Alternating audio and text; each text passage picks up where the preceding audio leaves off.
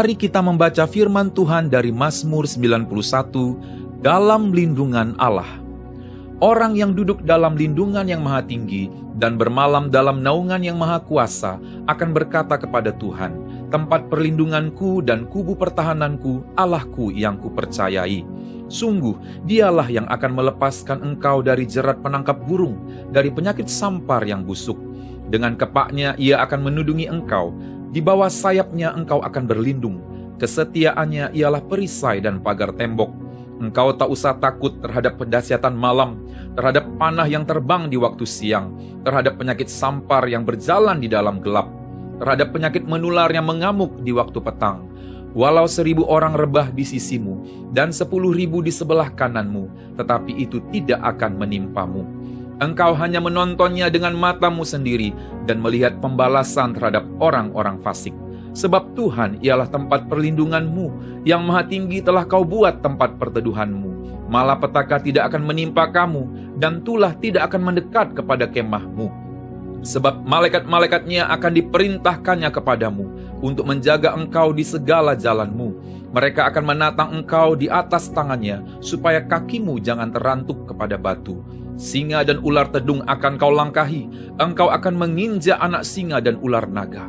Sungguh, hatinya melekat kepadaku, maka aku akan meluputkannya. Aku akan membentenginya, sebab ia mengenal namaku. Bila ia berseru kepadaku, aku akan menjawab. Aku akan menyertai dia dalam kesesakan. Aku akan meluputkannya dan memuliakannya. Dengan panjang umur akan kukenyangkan dia, dan akan kuperlihatkan kepadanya keselamatan daripadaku. Mari kita terus berdoa untuk Pentakosta ketiga. Pentakosta ketiga adalah pencurahan Roh Kudus yang dahsyat di zaman ini, melebihi yang terjadi di Azusa Street. Pentakosta ketiga akan mengakibatkan penuaian jiwa yang terbesar dan yang terakhir sebelum Tuhan Yesus datang kembali. Pentakosta ketiga akan membangkitkan generasi Yeremia, yaitu anak-anak muda yang dipenuhi Roh Kudus, cinta mati-matian kepada Tuhan Yesus, tidak kompromi terhadap dosa, dan akan bergerak untuk memenangkan jiwa. Pentakosta ketiga lahir di Indonesia dan bergerak ke bangsa-bangsa. Gerakan ini dari timur ke barat dan akan kembali ke Yerusalem. Pentakosta ketiga akan memberikan kuasa untuk menyelesaikan amanat agung, dan setelah itu Tuhan Yesus datang kembali. Amin. Amin. Amin. Haleluya. Shalom saudara, dalam edisi Voice of Pentecost kali ini, kita akan membahas mengenai hati-hati dengan mulutmu. Pada tahun 1900-an di Amerika Serikat, pernah diadakan suatu penelitian terhadap 2 keluarga untuk meneliti pengaruh perkataan dan karakter terhadap keturunan mereka. Secara mengejutkan, hasil yang didapat adalah keluarga Jonathan Edwards yang mendidik anak mereka sesuai perkataan firman Tuhan memiliki keturunan yang berhasil.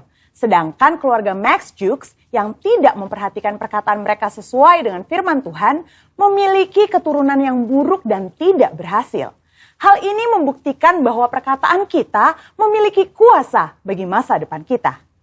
Yesaya 50 ayat 4 dikatakan, Tuhan Allah telah memberikan kepadaku lidah seorang murid, supaya dengan perkataan aku dapat memberi semangat baru kepada orang yang letih lesu. Setiap pagi ia mempertajam pendengaranku untuk mendengar seperti seorang murid.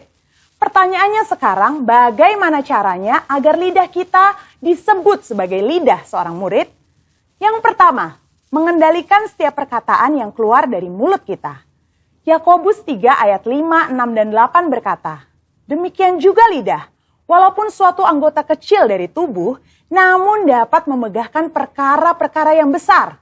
Lihatlah, betapapun kecilnya api, ia dapat membakar hutan yang besar. Lidah pun adalah api. Ia merupakan suatu dunia kejahatan dan mengambil tempat di antara anggota-anggota tubuh kita sebagai sesuatu yang dapat menodai seluruh tubuh dan menyalakan roda kehidupan kita. Sedang ia sendiri dinyalakan oleh api neraka, tetapi tidak seorang pun yang berkuasa menjinakkan lidah. Ia adalah sesuatu yang buas, yang tak terkuasai, dan penuh racun yang mematikan. Hal ini harusnya menyadarkan kita bahwa dosa perkataan atau dosa lidah bukanlah sesuatu yang main-main. Daud sendiri menyatakan bagaimana dia memiliki tekad yang kuat untuk menjaga dirinya supaya jangan berdosa dengan lidahnya.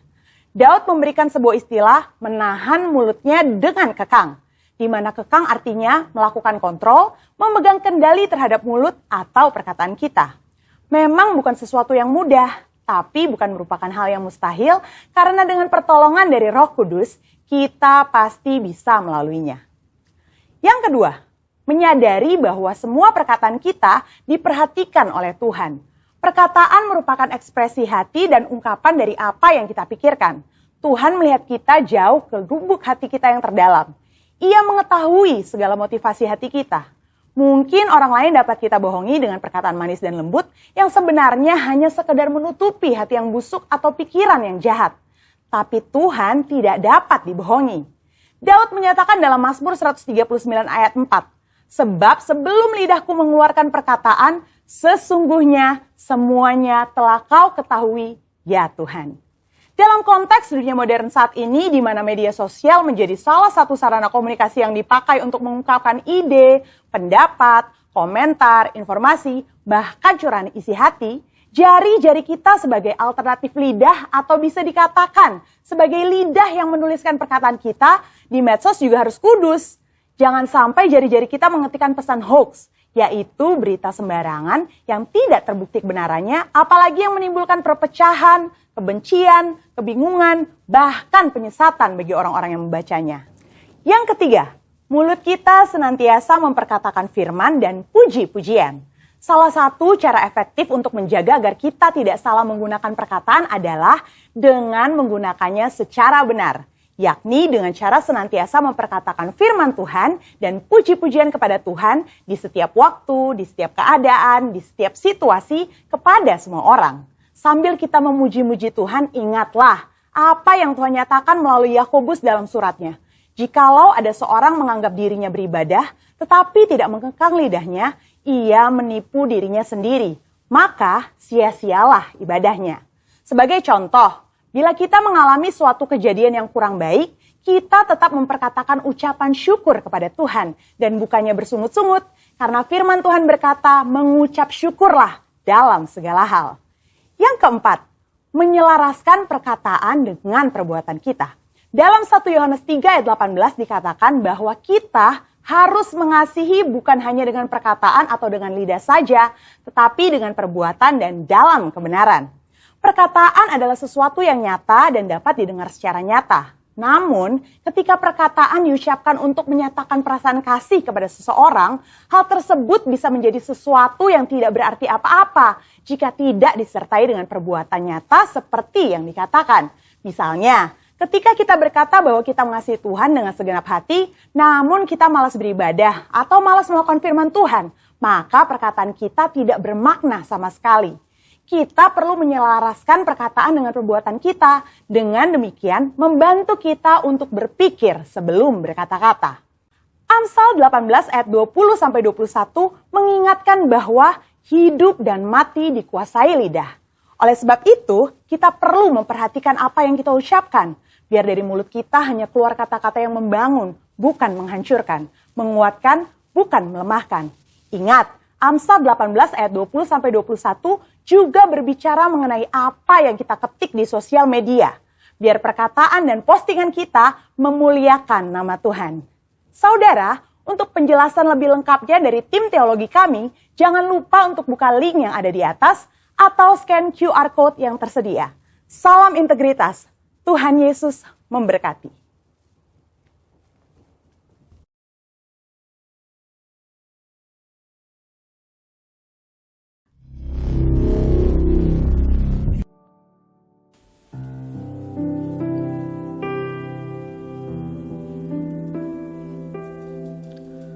Shalom, biarlah hari ini kita memuji dan menyembah Tuhan dengan segenap hati, karena Tuhan Yesus mengasihi setiap kita. Terima kasih Tuhan, kami menyembah-Mu.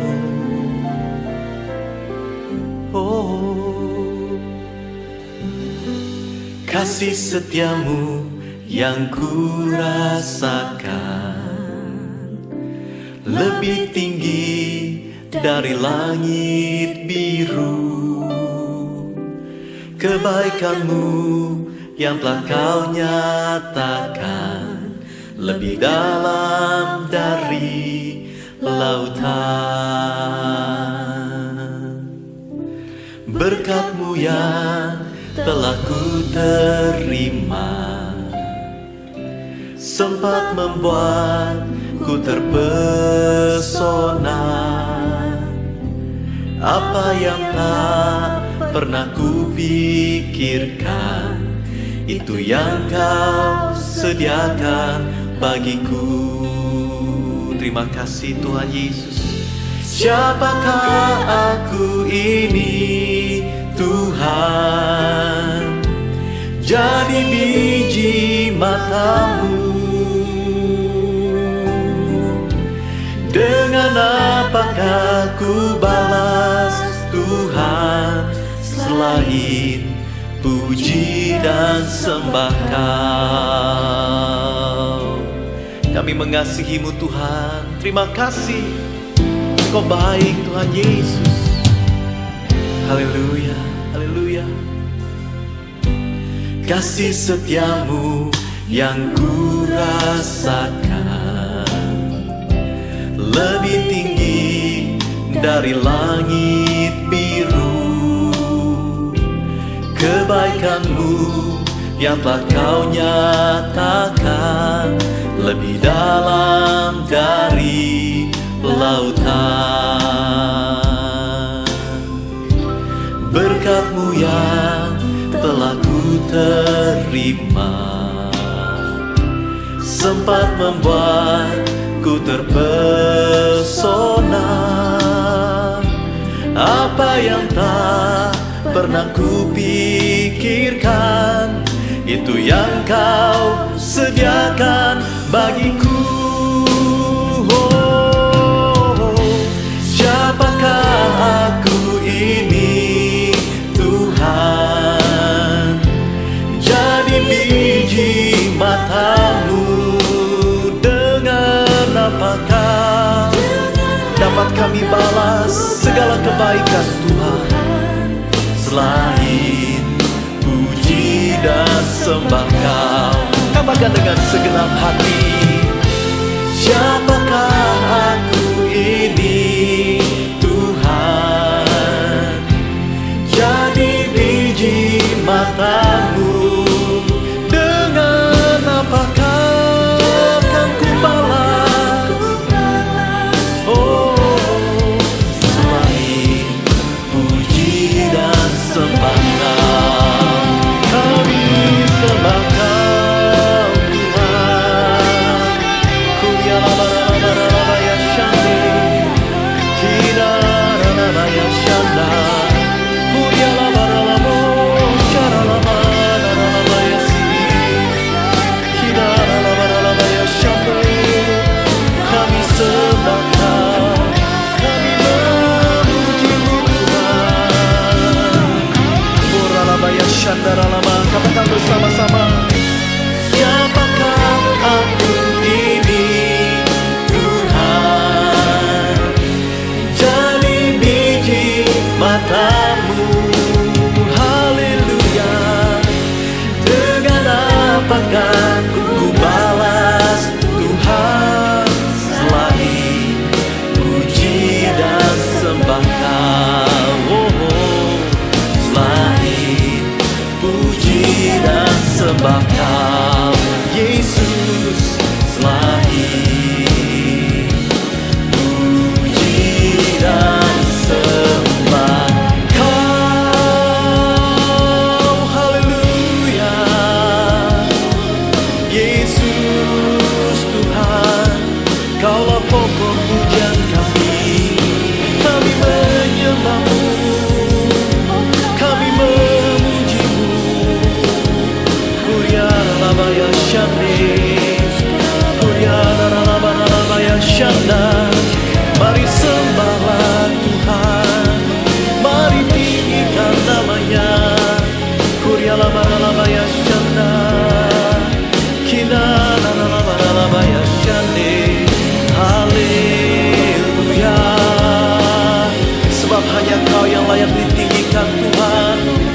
hanya Kau Raja di atas segala raja. Haleluya. Ku sanjung Kau di tempat tinggi, sebab Engkau Imam besar agung. Ku sanjung Kau lebih dari yang lain. Oh, dan ku datang menyembah-Mu Tuhan. Mari katakan semua. Ku sanjung Kau di tempat tinggi, sebab Engkau Imam besar agung. Ku sanjung Kau lebih dari yang lain. Oh, dan ku datang menyembah-Mu Tuhan. Mari dengan segenap hati, say we praise You Lord, and we praise You on the highest place. For You are the great high priest. We praise You high above all else. And we come to worship You, and we come to You and worship at Your feet. Sing it out one more time. Come on, sing it out. We praise You on the highest place. For You are the great high priest. We praise You high above all else. Hallelujah. And we come to You and worship at Your feet. And we come to You and worship at Your feet. Oh Lord Jesus. And we come to You and worship at Your feet. We worship You, Jesus. Thank You, Lord. Mari kita berikan sorak-sorai kemuliaan buat Allah kita, saudara. Woo! Sebab Dia hidup. Haleluya.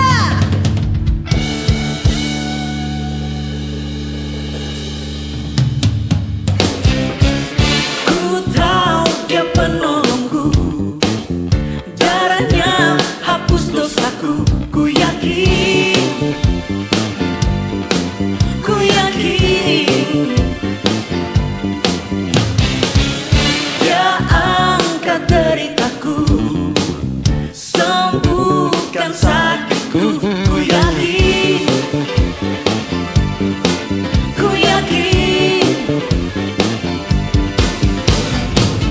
Ku angkat panji, oh, Dia telah menang atas roh.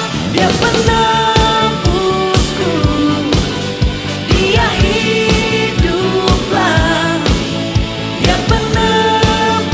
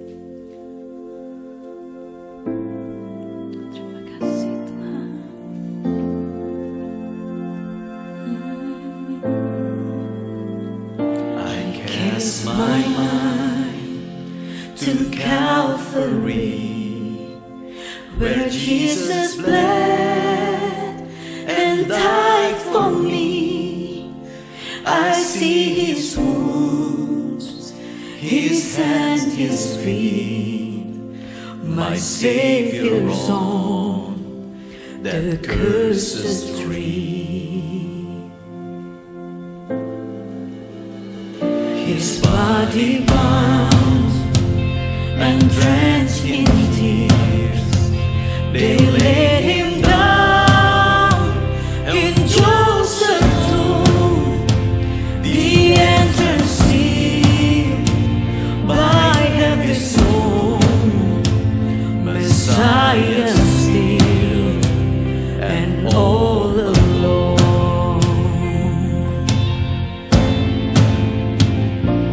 Oh,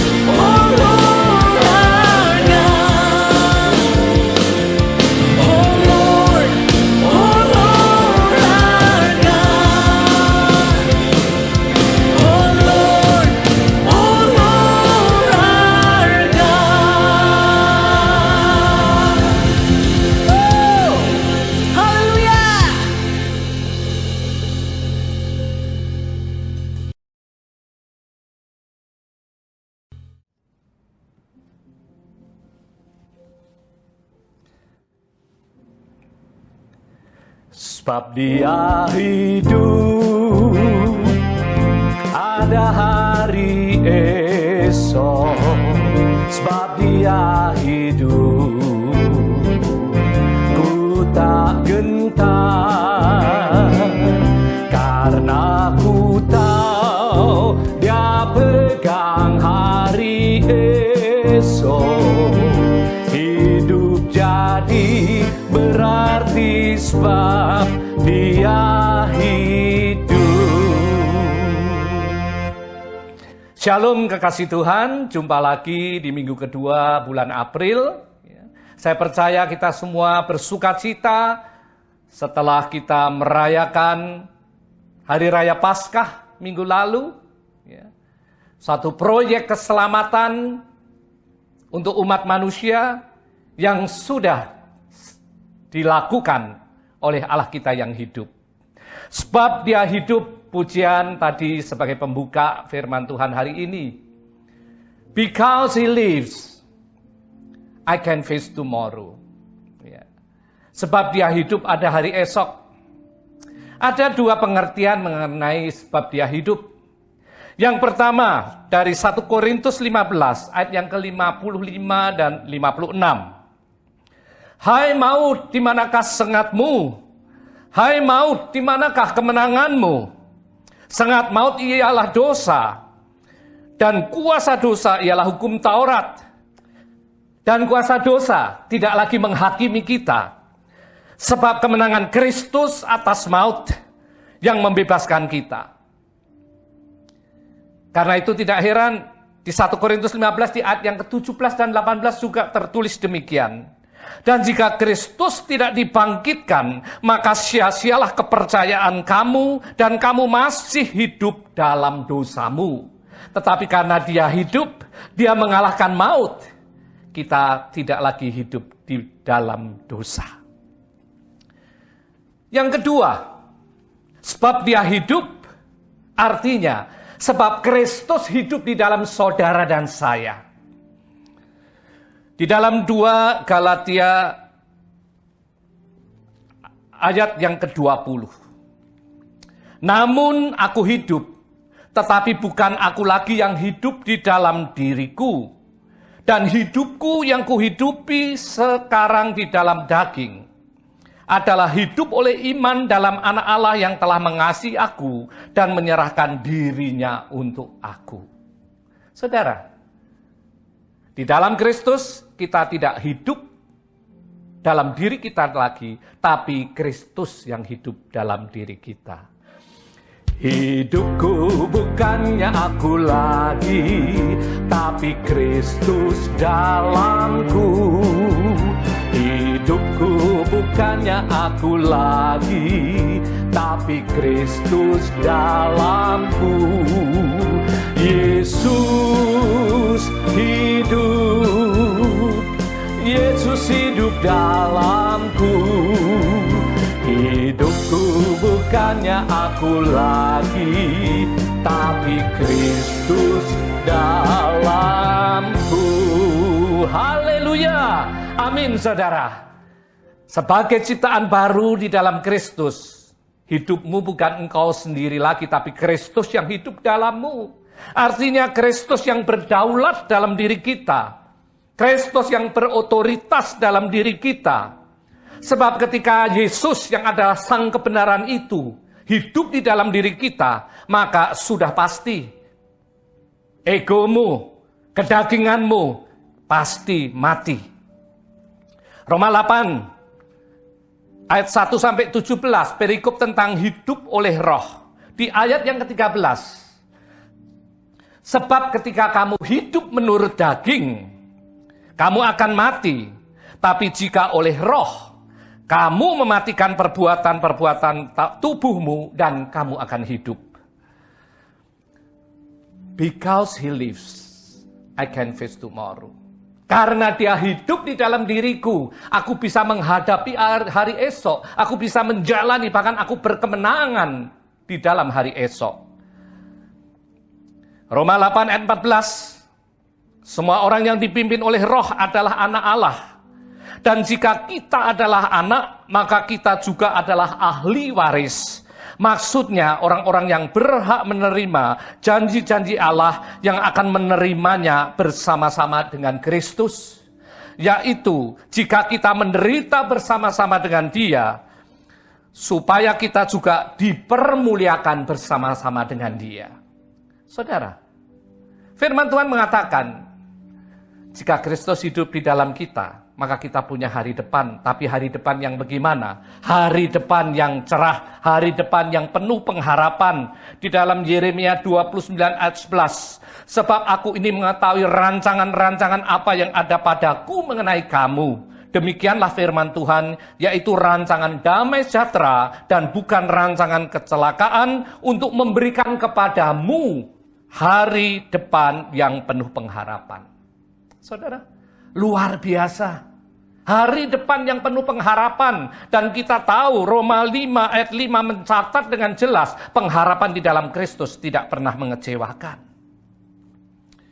Hari esok yang penuh pengharapan. Pengharapan di dalam Kristus tidak pernah mengecewakan. Kuncinya, Galatia 2:20. Kristus harus berdaulat dalam hidupmu. Kristus harus menjadi raja dalam hidup kita. Sebab saat Kristus kita tempatkan sebagai raja dalam hidup kita, maka kehidupan kita akan berjalan dari suatu kemenangan kepada kemenangan. Dari suatu kemuliaan kepada kemuliaan seperti janjinya di dalam Roma. From victory to victory, from glory to glory. Dan saudara dan saya akan disebut sebagai umat-umat yang berkemenangan. Bahkan di dalam Roma 8 ayat 37 dikatakan lebih daripada pemenang. Tetapi dalam semuanya itu kita lebih daripada orang-orang yang menang oleh Dia yang mengasihi kita. Karena itu saudara ingat, segala kemenangan, segala kemuliaan, segala kesuksesan, kembalikan kepada Dia yang berkarya dalam hidupmu. It's not about you, about He in you. Jangan sekali-sekali kita mencuri kemuliaan Allah. Yohanes 3 ayat 30 mengatakan dengan jelas bahwa Ia harus makin besar, tetapi aku harus makin kecil. He must become greater, I must become less. Saudara, bagaimana kita memperoleh hari depan yang penuh pengharapan? Hidup lebih dari pemenang. 1 Korintus 15 ayat 57 dan 58 adalah kunci untuk setiap orang percaya, setiap orang tebusan, setiap ciptaan baru di dalam Kristus menjadi orang-orang yang hidup berkemenangan, bahkan lebih dari pemenang dalam setiap aspek hidup mereka.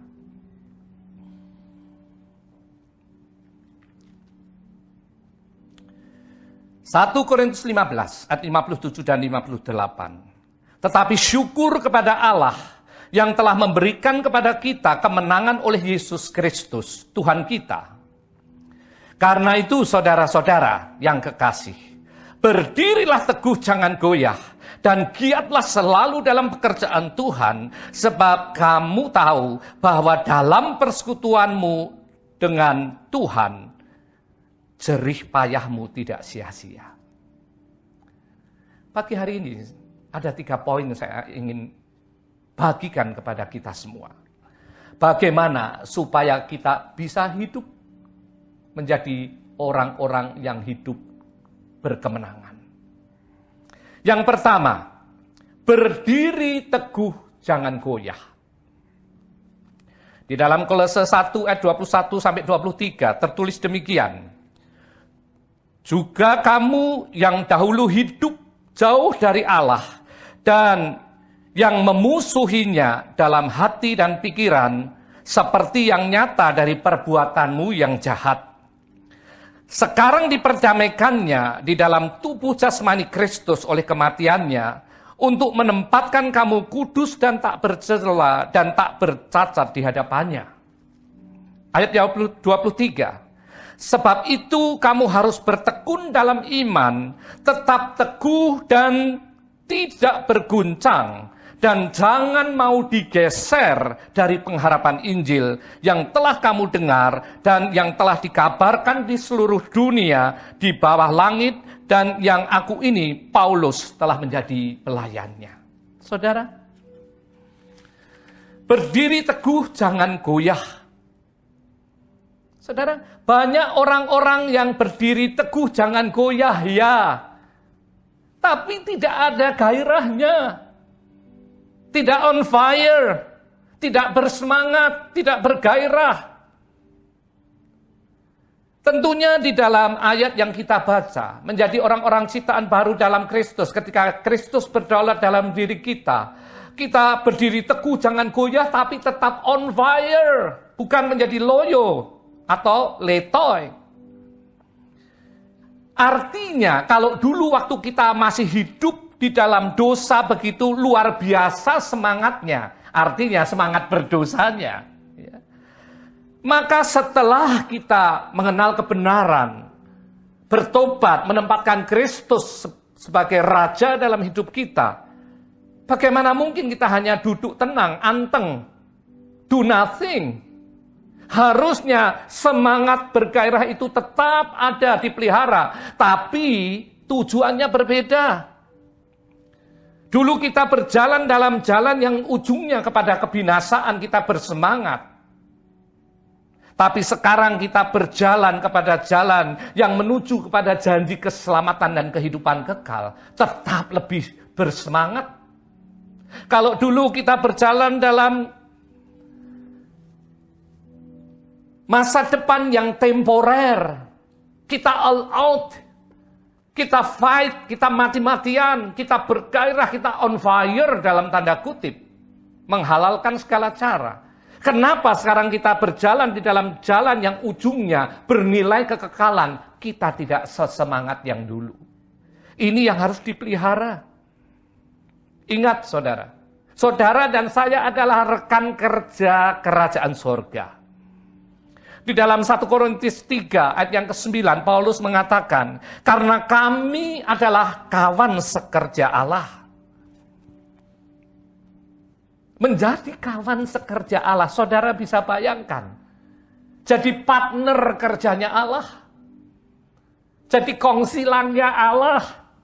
Kalau kita diajak partner dengan seorang berada atau seorang yang punya kuasa, kita aja bangga luar biasa. Ini dengan God Almighty.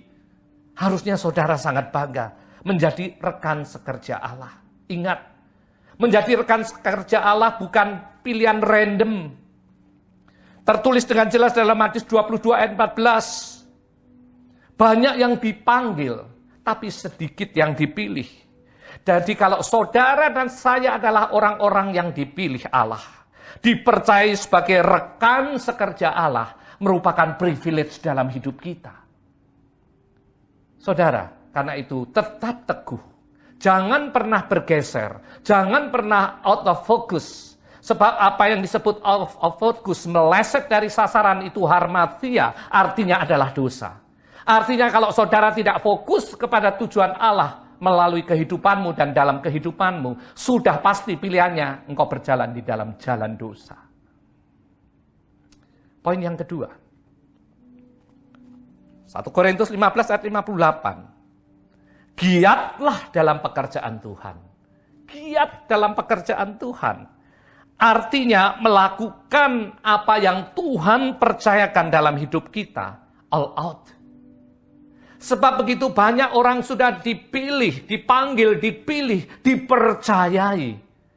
Tapi tidak menganggap kepercayaan Allah sebagai suatu hal yang mulia. Saudara, berapa banyak kita menganggap enteng panggilan pelayanan di suatu gereja lokal. Karena kita lebih melihat siapa pribadi yang bisa dilihat. Kita lupa tidak ada kebetulan dalam rencana Allah. Kalau Tuhan memanggil engkau dalam satu pelayanan yang paling sederhana pun, yang tidak terlihat di dalam gereja lokal. Karena Tuhan melihat ada potensi, Tuhan mempercayakan. Ingat, firman Tuhan mencatat, setia dalam perkara kecil kita akan dipercaya hal-hal lebih besar. Kolose 3 ayat 23. Apapun yang kamu perbuat, Perbuatlah dengan segenap hatimu seperti untuk Tuhan dan bukan untuk manusia. Artinya whatever you do, work at it with all your heart as working for the Lord and not for human master. Orang yang secara rohani bertumbuh dewasa sudah pasti tidak akan puas hanya duduk diam sebagai jemaat setia. Dia akan terus, dia akan mencari ketika dia ditempatkan di suatu gereja lokal. Dia akan mencari pekerjaan Tuhan apa yang bisa dilakukan selama dia ada di bumi ini. Dan kalau dia ditempatkan di suatu komunitas gereja lokal, dia akan mencari apa yang bisa aku lakukan. Pekerjaan Tuhan apa yang aku bisa lakukan. Mencari bukan untuk suatu posisi, tapi mencari karena mengasihi Tuhan dan ingin bergiat di dalam pekerjaan Tuhan. Di dalam Roma 12 ayat 11 dikatakan, janganlah hendaknya kerajinanmu kendor, biarlah rohmu menyala-nyala dan layanilah Tuhan. Saudara, ada di mana kita hari ini? Adakah kita sudah bergiat di dalam pekerjaan Tuhan? Pekerjaan Tuhan tidak melulu ada di dalam gereja lokal. Di dalam hidup kita sehari-hari begitu banyak pekerjaan Tuhan. Bukankah dikatakan saudara dan saya representatif dari Kristus yang hidup dalam diri kita? Sehingga apapun yang kita lakukan, yang bermanfaat buat orang banyak, yang mempermuliakan nama Tuhan, itulah pekerjaan Tuhan yang kita bisa lakukan. Di dalam Roma 12 ayat 9 sampai 21, saudara bisa renungkan nanti di rumah. Perikopnya tentang nasihat hidup dalam kasih. Ayat-ayat ini merupakan manual book hidup kita sebagai umat pilihan, sebagai rekan sekerja kerajaan surga, untuk memaksimalkan apa yang kita lakukan bagi kemuliaan namanya. Giat dalam pekerjaan Tuhan membuat roh kita selalu on fire. Sebab roh huruf kecil, yaitu roh kita sendiri. Ingat, kita ini manusia rohani. Dan roh Allah yang hidup, yang ada berdaulat dalam diri kita, bekerja sama, pasti menghasilkan pekerjaan-pekerjaan yang selaras dan sesuai dengan isi hati Allah. Kalau kita tanya, iya, bergiat di pekerjaan Tuhan sampai kapan? Tidak ada batasnya. Sampai batas umur saudara dan saya. Ketika kita dipanggil pulang, atau saat dia datang kedua kali. Ingat, dia datang kedua kali sebagai raja, di atas segala raja. Wahyu 3 ayat ke-11. Aku datang segera, peganglah apa yang ada padamu, supaya tak seorang pun mengambil mahkotamu. Saudara, ini peringatan keras untuk saudara dan saya yang hidup di akhir dari akhir zaman. Yang pertama bahwa He's coming very very soon. Dia datang sudah sangat dekat. Dan yang kedua, pegang apa yang ada padamu. Artinya, apa yang Tuhan percayakan dalam hidupmu. Whatever God entrusted in your life.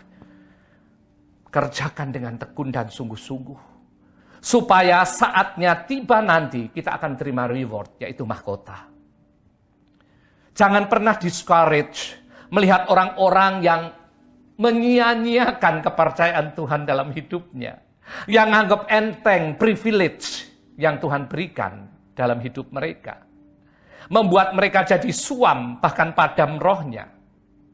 Tapi bagian saudara dan saya, yang sadar bahwa He's coming very soon. Dia datang sangat segera. Terus fokus pada janjinya. Dan bergaullah dengan orang-orang yang mempunyai roh yang menyala-nyala buat dia. 1 Korintus 15 ayat 33 dengan jelas menulis, jangan sesat pergaulan yang buruk merusak kebiasaan yang baik. Hari-hari ini dengan pelayanan online, ya, tentunya banyak orang yang sebagian menjadi apatis dan menjadi suam rohnya. Apalagi kalau sebelumnya saat offline, motivasinya dia bergiat di ladang Tuhan dengan motivasi yang keliru. Tapi kalau kita bisa memelihara semangat kita, iman kita, roh kita senantiasa menyala-nyala buat Tuhan, pasti roh kita semakin kuat. Karena kita tahu, hari penerimaan reward sudah semakin dekat. Hari masuk dalam kekekalan sudah semakin dekat.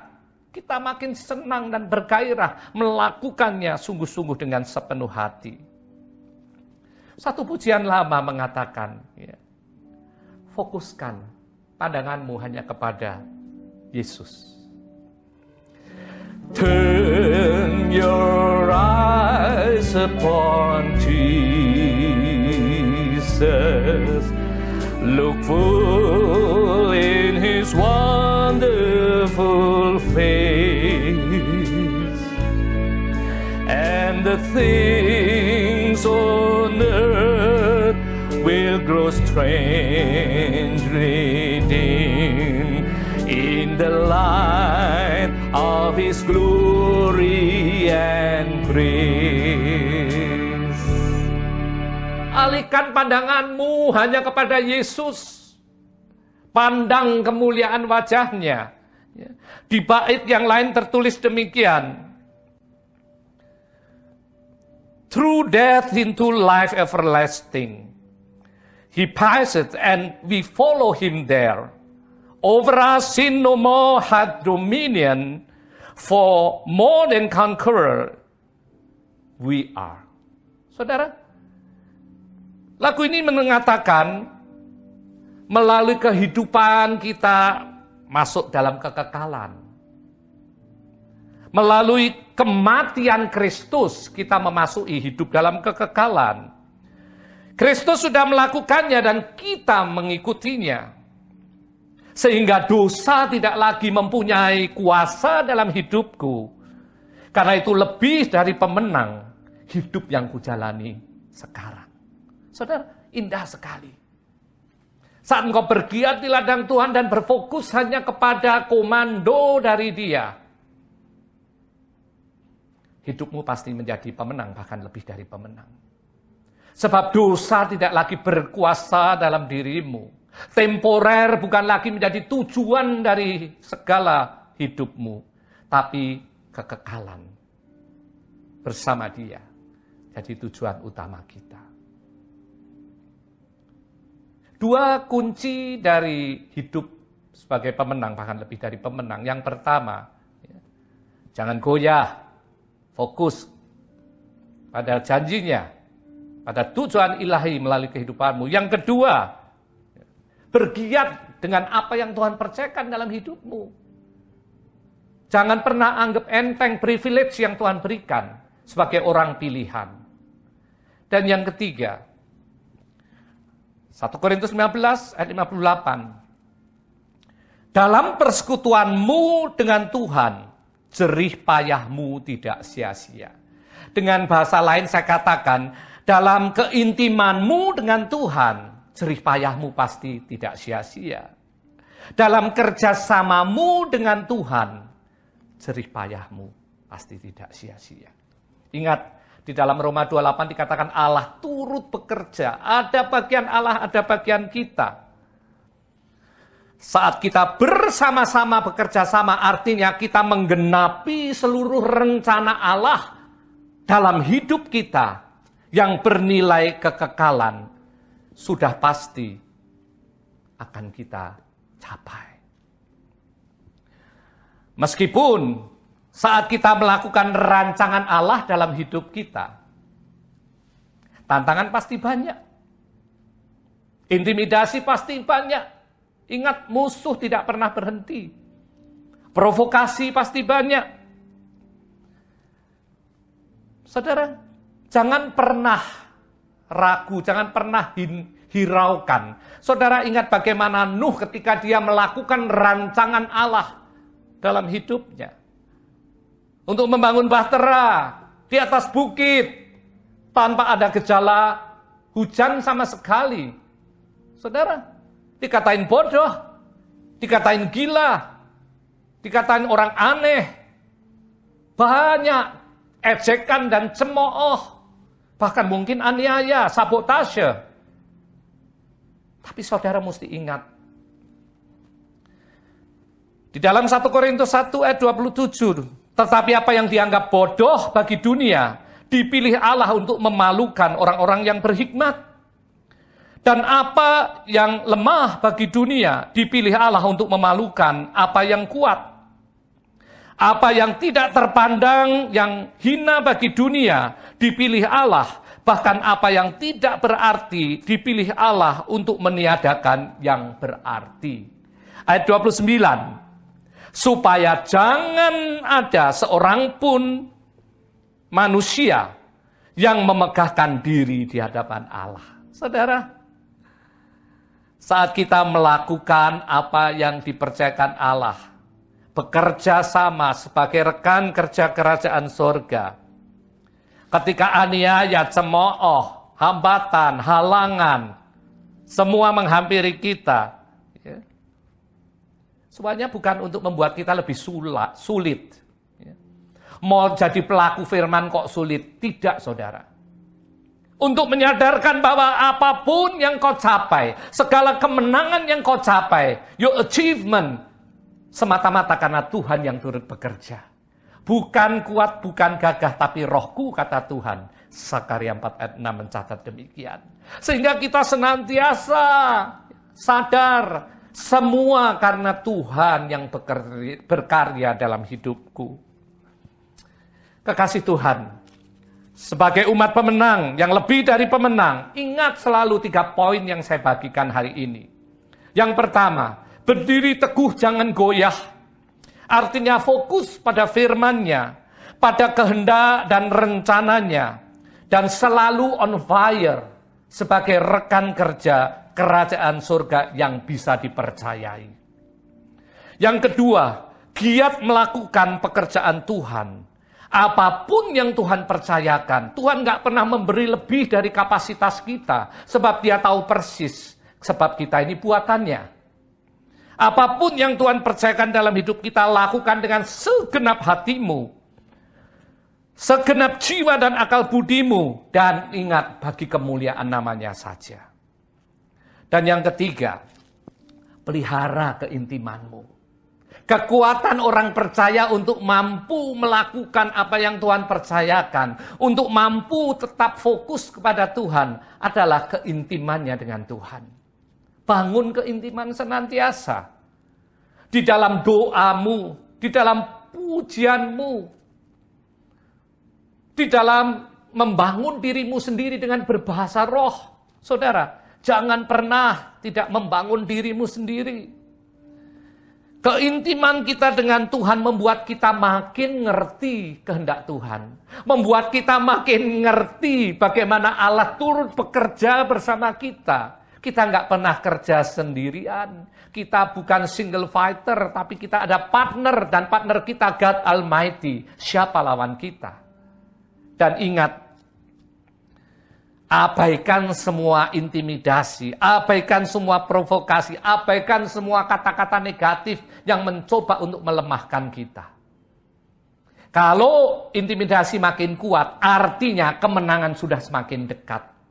Saudara tahu, binatang, ya, ular, ketika dia sudah hampir menyerah kalah, itu waduh perlawanannya makin gila. Ekornya nyabet kiri kanan dengan sisa tenaga terakhirnya. Kalau intimidasi dalam hidupmu, saat engkau menjadi pelaku firman dan sungguh-sungguh, makin sungguh-sungguh ya, melakukan apa yang Tuhan percayakan dalam hidupmu, serangan semakin menggila, artinya kemenangan sudah semakin dekat.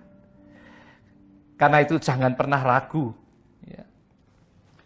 Ingat saudara, saat engkau berdiri teguh tidak goyah, giat melakukan pekerjaan Tuhan dan menjaga keintimanmu dengan Allah, dengan Roh Kudus yang ada dalam diri kita, sudah pasti hidupmu akan berarti bukan bagi dunia saja, tapi terlebih bagi kerajaan sorga. Ingat, life is worth the living just because He lives. Hidup ini jadi berarti karena Dia hidup dalam dirimu. Tuhan Yesus memberkati. Mari nyanyikan bersama lagu ini sekali lagi. Sebab Dia hidup, ada hari esok, sebab Dia hidup. Ku tak gentar, karena ku tahu Dia pegang hari esok. Hidup jadi berarti sebab Dia hidup. Hidup jadi berarti sebab Yesus hidup. Hidup jadi berarti sebab Yesus hidup. Dia hidup di dalammu dan di dalamku. Tuhan memberkati. God bless you. Kekasih Tuhan, kita diberi kesempatan untuk menabur untuk pekerjaan Tuhan melalui gereja. Ya, kita akan memberikan persembahan ucapan syukur, persembahan persepuluhan, persembahan apapun yang saudara akan berikan. Kita percaya Tuhan memberkati setiap persembahan kita yang diberikan dengan hati penuh ucapan syukur. Dan kita memberi karena kita mengasihi Tuhan dan mengasihi jiwa-jiwa. Mari kita berdoa. Bapa, terima kasih untuk hari ini. Kalau kami diberi kesempatan untuk memberikan persembahan dari apa yang kami punya untuk pekerjaan-Mu di muka bumi ini. Berkat-Mu untuk setiap anak-anak-Mu yang mengerti arti memberi untuk Tuhan.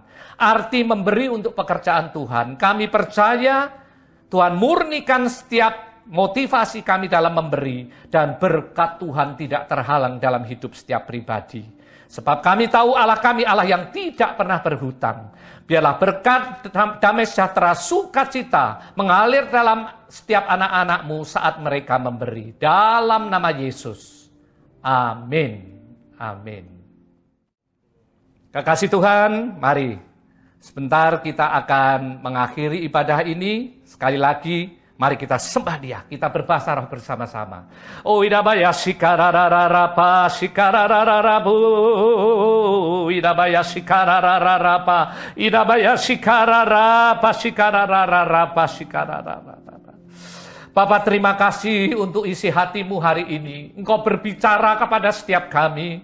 Engkau mengingatkan pada setiap kami bahwa Tuhan mengendaki setiap kami menjadi orang-orang yang berhasil. Orang-orang yang hidupnya dari satu kemenangan kepada kemenangan. Bahkan hidup sebagai umat lebih dari pemenang. Supaya kehidupan kami menjadi kesaksian yang heran. Supaya kehidupan kami menginspirasi banyak orang untuk mencari Tuhan yang benar. Dan supaya kehidupan kami mempermuliakan nama-Mu. Kekasih Tuhan, kiranya berkat damai sejahtera dari Allah Bapa, di dalam Anak-Nya yang tunggal Tuhan Yesus Kristus, persekutuan dengan Roh Kudus, tinggal tetap menyertai kita semua, mulai sekarang sampai Maranatha, bahkan sampai selama-lamanya. Setiap kita yang sudah diberkati dan siap menjadi berkat, mari bersama katakan, Amin. Amin. Tuhan Yesus memberkati. God bless you.